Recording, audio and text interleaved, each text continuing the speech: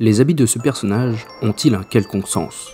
Son équipement traduit-il chez lui un aspect particulier? Son apparence impacte-t-elle l'image que le public doit avoir de lui? Voilà, sans exhaustivité, les questions qui vont jalonner notre chemin durant cette émission. Aussi, laissez-moi vous souhaiter le bienvenu dans Métaphore-moi ça. Le cas que je traiterai cette fois-ci est celui de l'œuvre nommée Goblin Slayer. Il s'agit d'un light novel adapté au format manga puis au format animé. Selon moi, il s'agit d'un maître étalon en matière d'analyse symbolique. Je me concentrerai pour vous prouver cela sur le casque du personnage principal et par extension sur le visage qui se dissimule dessous. Je tiens par avance à vous prévenir que l'œuvre est déconseillée aux moins de 16 ans en ce qui concerne la version animée. Des thèmes adultes et des images pouvant choquer la sensibilité des plus jeunes parsèmeront la vidéo. Prenez donc garde. En outre, l'œuvre regorge de métaphores et de symboles à analyser, et bien d'autres sujets pourraient être étudiés en son sein. Même si je vais me cantonner à quelques-uns d'entre eux, je vous invite à découvrir cette œuvre si vous ne la connaissez pas, et à la redécouvrir avec un œil vigilant si vous avez déjà suivi l'aventure du tueur de gobelins. Maintenant, laissons les conseils derrière nous et pénétrons dans l'analyse de Goblin Slayer, visière et vision du monde. Amorçons cette étude par une présentation de l'œuvre qui, je pense, est nécessaire. Goblin Slayer est à l'origine une histoire contée sous le format de light novel japonais. Son auteur, Kumo Kagyo, est épaulé par Noboru Kanatuki, qui s'occupe de l'illustration. L'auteur nous conte l'histoire du personnage éponyme, Goblin Slayer. Le scénario peut être résumé en une ligne. La mission du protagoniste est d'exterminer l'entièreté des gobelins de ce monde. Le light novel connaît des adaptations manga. De plus, une préquelle a vu le jour récemment et narre le passé du Goblin Slayer. Pour finir, une adaptation en animé est diffusée en fin d'année 2018. Dans mon analyse, je ne traiterai que de l'œuvre animée. Au demeurant, je piocherai des informations complémentaires dans le manga Year One, la préquelle évoquée plus tôt, afin de corroborer certaines affirmations. L'aventure du Goblin Slayer prend place dans un monde de fantasy. Sur ce point, rien d'innovant ou de particulièrement surprenant. Des aventuriers gagnent la guilde, sorte d'auberge ou de taverne, dans laquelle ils choisissent les contrats des quêtes qu'ils veulent accomplir. Le premier personnage que nous suivons est une jeune prêtresse qui rejoint un groupe d'aventuriers tout aussi inexpérimentés qu'elle afin d'accomplir une quête de chasse de gobelins. Mal préparé, le groupe se fait décimer et les gobelins déversent leur luxure sur les filles. Par chance, la jeune prêtresse est secourue in extremis par un guerrier entièrement couvert de métal et de mailles, le Goblin Slayer.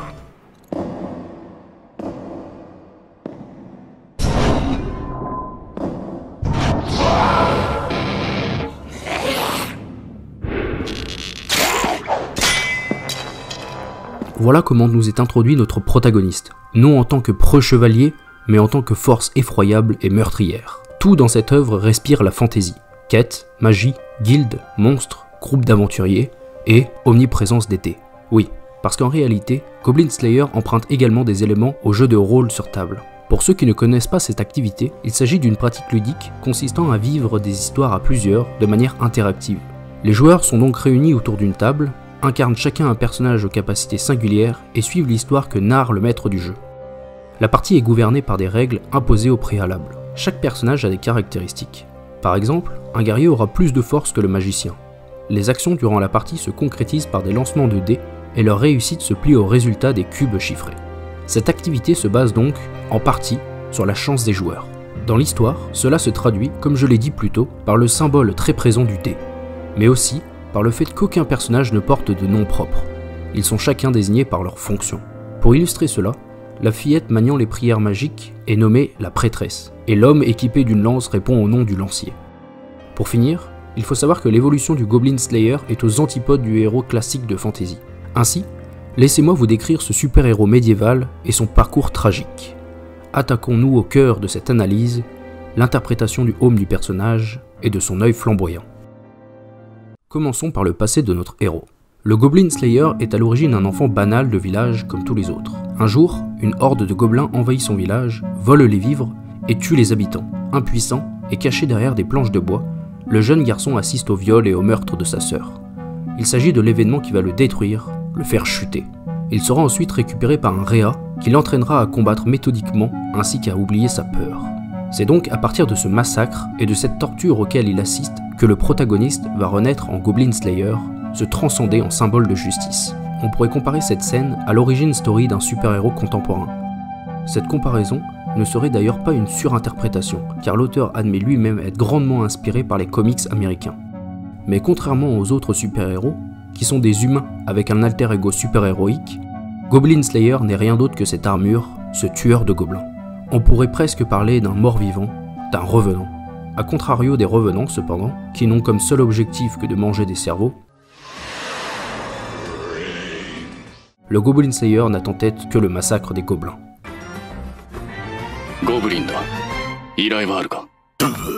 Durant la saison, on ne le voit jamais entièrement sans son armure. On l'observe parfois de dos, on aperçoit son torse, on devine le bas de son visage, rien de plus. Pourquoi ? Parce que son corps n'est plus que l'ombre de lui-même. Sans les gobelins, le personnage est réduit à néant. Cela se traduit même par son nom. Les aventuriers le surnomment le Goblin Slayer, suite aux nombreuses quêtes de gobelins qu'il a accomplies. Comme nous l'avons déjà vu, aucun autre personnage n'a de nom spécifique. Même son ami d'enfance, représentant évidemment l'amour du héros et chez laquelle il vit, est simplement nommé la Vachère. A l'inverse de tous, Goblin Slayer est désigné par ce qu'il a choisi de faire. Déterminé, voilà ce qu'il est. Mais c'est également un homme de peu de mots, un taciturne, un stoïque. Néanmoins, il n'a pas besoin de parler pour que les gens discutent avec lui. Et ce, car il intrigue et inspire la confiance. Ceci renforce le fait qu'après son traumatisme, le personnage ne parvienne plus à comprendre certaines normes sociales et ne remarque pas l'affection que lui portent ses compagnons. D'ailleurs, le fait qu'il porte un aume appuie cette idée. Le casque est aux antipodes de la gloire recherchée par tous les aventuriers. Les héros qui veulent être reconnus pour leurs exploits ne portent pas de casque. Par conséquent, cet objet démontre le peu d'intérêt que Goblin Slayer porte à la gloire, à la reconnaissance, et définit même sa philosophie. C'est un professionnel. Casque, épée, armure, bouclier, tout est lié à sa façon de se battre dans les grottes et contre ces petits êtres vicieux et véloces. La grotte est, comme nous l'avons vu dans l'épisode sur Shelob, un lieu transpirant de signification. Le dictionnaire de la fantasy nous dit qu'il s'agit d'un lieu où le personnage accomplit un fait héroïque et devient un vrai héros. On y voit ici une métaphore du cycle de la vie et de la mort. Le personnage doit y mourir pour renaître en héros. C'est également le royaume du mal et le séjour des monstres. Mais ici, le Goblin Slayer n'arpente pas les grottes pour renaître en héros, ni pour apporter une quelconque lumière dans le nid démoniaque. Bien au contraire d'ailleurs. Dans l'un des premiers chapitres de la préquelle, le personnage, après avoir nettoyé un nid, se retrouve face à face avec des enfants gobelins apeurés. Le protagoniste se revoit lui, jeune garçon, tentant de lutter contre ces bandits à la peau verte. Il hésite de ce fait à les tuer, avant de repenser à sa sœur. C'est alors que s'efface toute once d'humanité chez lui. En outre, il possède une condition physique incroyable. C'est une machine de guerre dotée d'une extraordinaire résistance à la douleur, comme si ce corps n'était pas le sien, ou, plus possiblement, un réceptacle qu'il ne considère plus comme son corps, mais comme un moyen de déverser sa haine contre les gobelins et d'accomplir sa mission. Vision très particulière de sa propre vie, n'est-ce pas ? Eh bien, poursuivons sur cette voie, et essayons de comprendre le monde que perçoit le Goblin Slayer au travers de la visière de son aume et par son œil flamboyant. Voyons à présent à quel point les symboles transportés par l'œil rouge sont nombreux et terriblement efficaces. Tout d'abord, comprenez que cette œuvre est une grande mise en abîme, où une partie de jeu de rôle se déroule durant l'histoire. Ainsi, le destin des personnages est accroché au roulement des dés. Le Goblin Slayer est l'unique personnage qui défie le résultat de ces dés, et donc par analogie, la fatalité et le destin.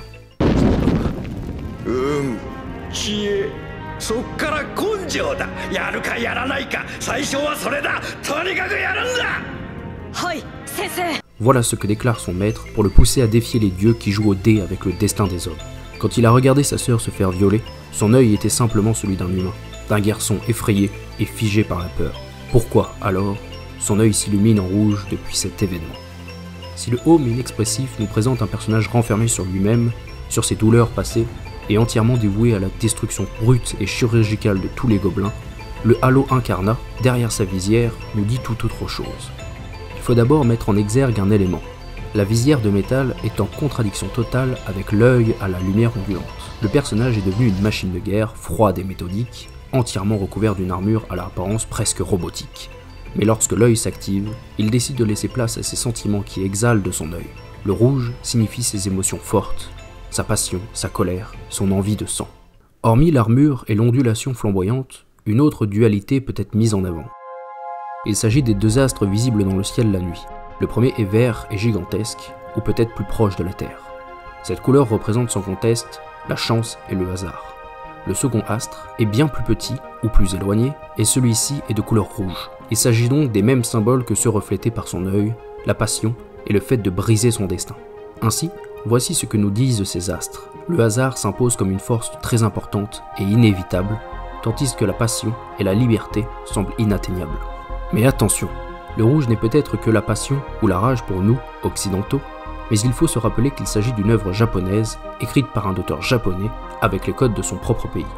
Et oui, le rond rouge est un symbole tout particulier pour le pays du soleil levant. Tout simplement, nous pouvons le retrouver sur son drapeau. Il s'agit dans ce cas-là d'un soleil rouge, et donc du symbole d'Amaterasu, la déesse du soleil et de la souveraineté.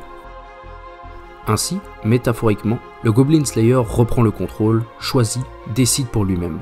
Il est le maître, le souverain de son destin. On pourrait lier cela à une réflexion de la vachère, son amie d'enfance. Dans Your One, elle déclare détester le coucher du soleil, d'une part parce qu'il s'agit de la couleur du sang, et d'autre part parce que cela lui remémore sa séparation avec son ami d'enfance dans leur jeunesse. Peut-on y voir là un parallèle avec le fait que le Goblin Slayer se soit séparé de son humanité pour devenir le monstre qui sommeille en lui?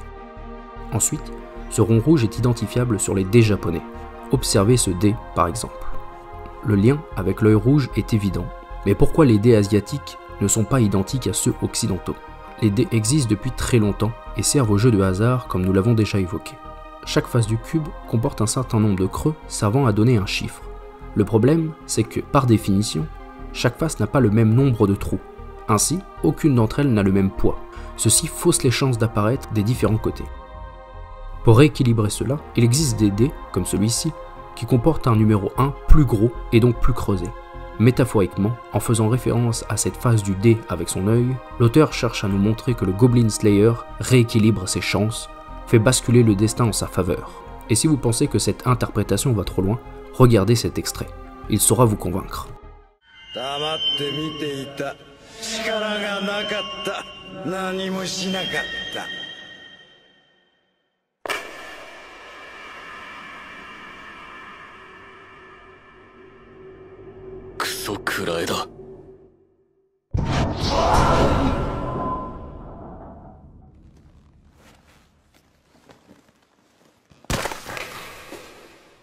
Voilà comment, d'un seul œil rouge, l'auteur parvient à décrire une philosophie de vie.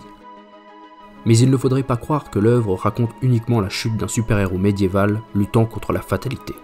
En réalité, il s'agit de l'inverse même. Restons encore un peu auprès de notre tueur de gobelins et assistons à sa libération.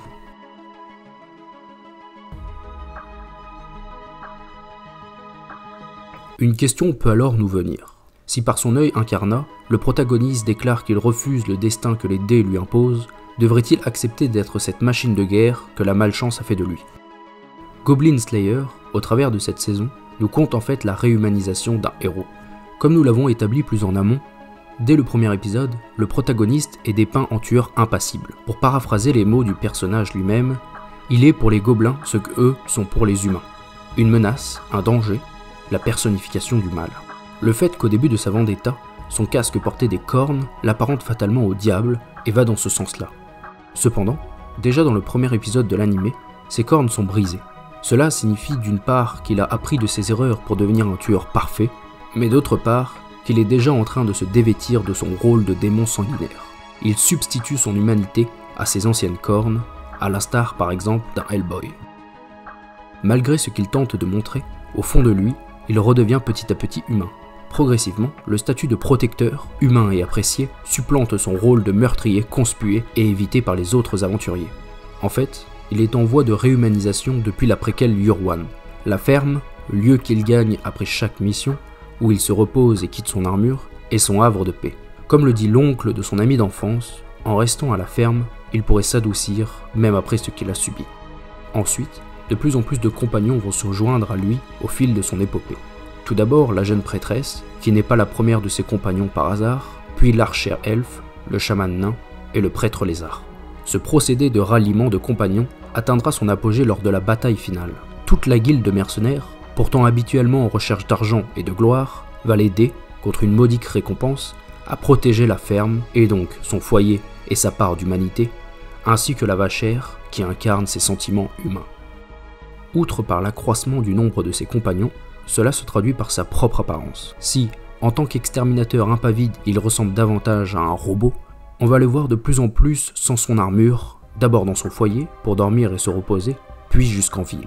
On le voit même en sous-vêtements dans le lit, allongé aux côtés de la jeune prêtresse pour soigner ses blessures. On apprend donc qu'il ne s'agit pas là d'un tueur monstrueux, mais d'un jeune homme d'une vingtaine d'années, au corps athlétique mais couvert de cicatrices, aux cheveux gris et aux yeux cramoisis. En somme, un très beau garçon, dira même la sorcière. L'ultime scène de la série se passe dans l'auberge. Après la grande bataille, la fête bat son plein. Durant cette scène, le Goblin Slayer retire son aume à la demande de la prêtresse. Tous les aventuriers se réunissent alors pour l'observer, intrigués et admiratifs. Alors que le Goblin Slayer pensait que si les mercenaires étaient venus l'aider durant la bataille, c'était uniquement par chance, la prêtresse réplique ceci. Cette fois, comme toutes les suivantes, ils viendront vous aider si vous le demandez. Alors, ça n'a rien à voir avec la chance. En fin de compte, n'était-ce pas lui qui avait cette idée où tout le monde est restreint à une fonction bien particulière? En retirant ce casque, il s'ouvre à une nouvelle vision sur les gens, ils sont humains. Leur décision n'a rien à voir avec la chance ou le fait que d'autres jettent les dés pour eux. Le casque et cette visière de métal seraient donc un obstacle qui le sépare du monde réel, des objets qui le claustrent dans une vision restreinte et floutée du monde, ou même des barreaux d'une prison dont ses compagnons l'auraient libéré. Regardez l'épilogue que nous offre cette série, il vous convaincra que ce que je dis est dans le vrai. 平凡な若者でした。どこにでもいるような一山いくらの男です。神々も彼のことは好きでしたが、だからといって特別な期待はしていません。彼はどこにでもいる駒の一つに過ぎないのですから。ただその冒険者は他のものとはちょっと違いました。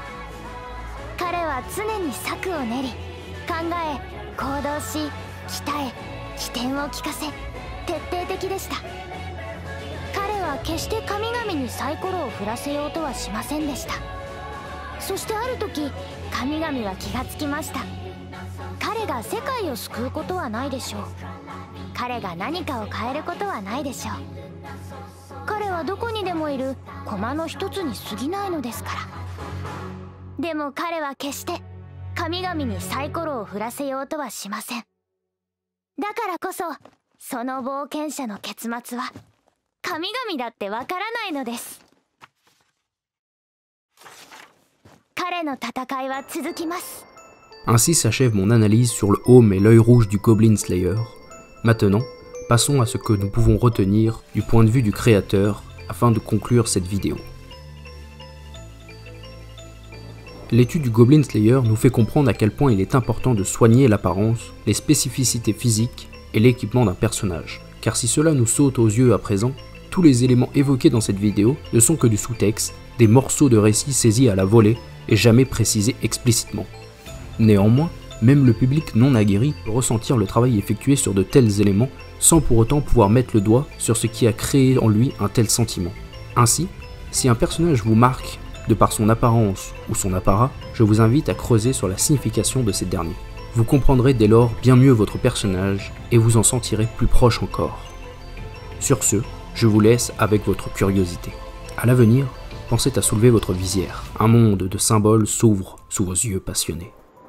Merci de m'avoir suivi. C'était Métaphore-moi ça.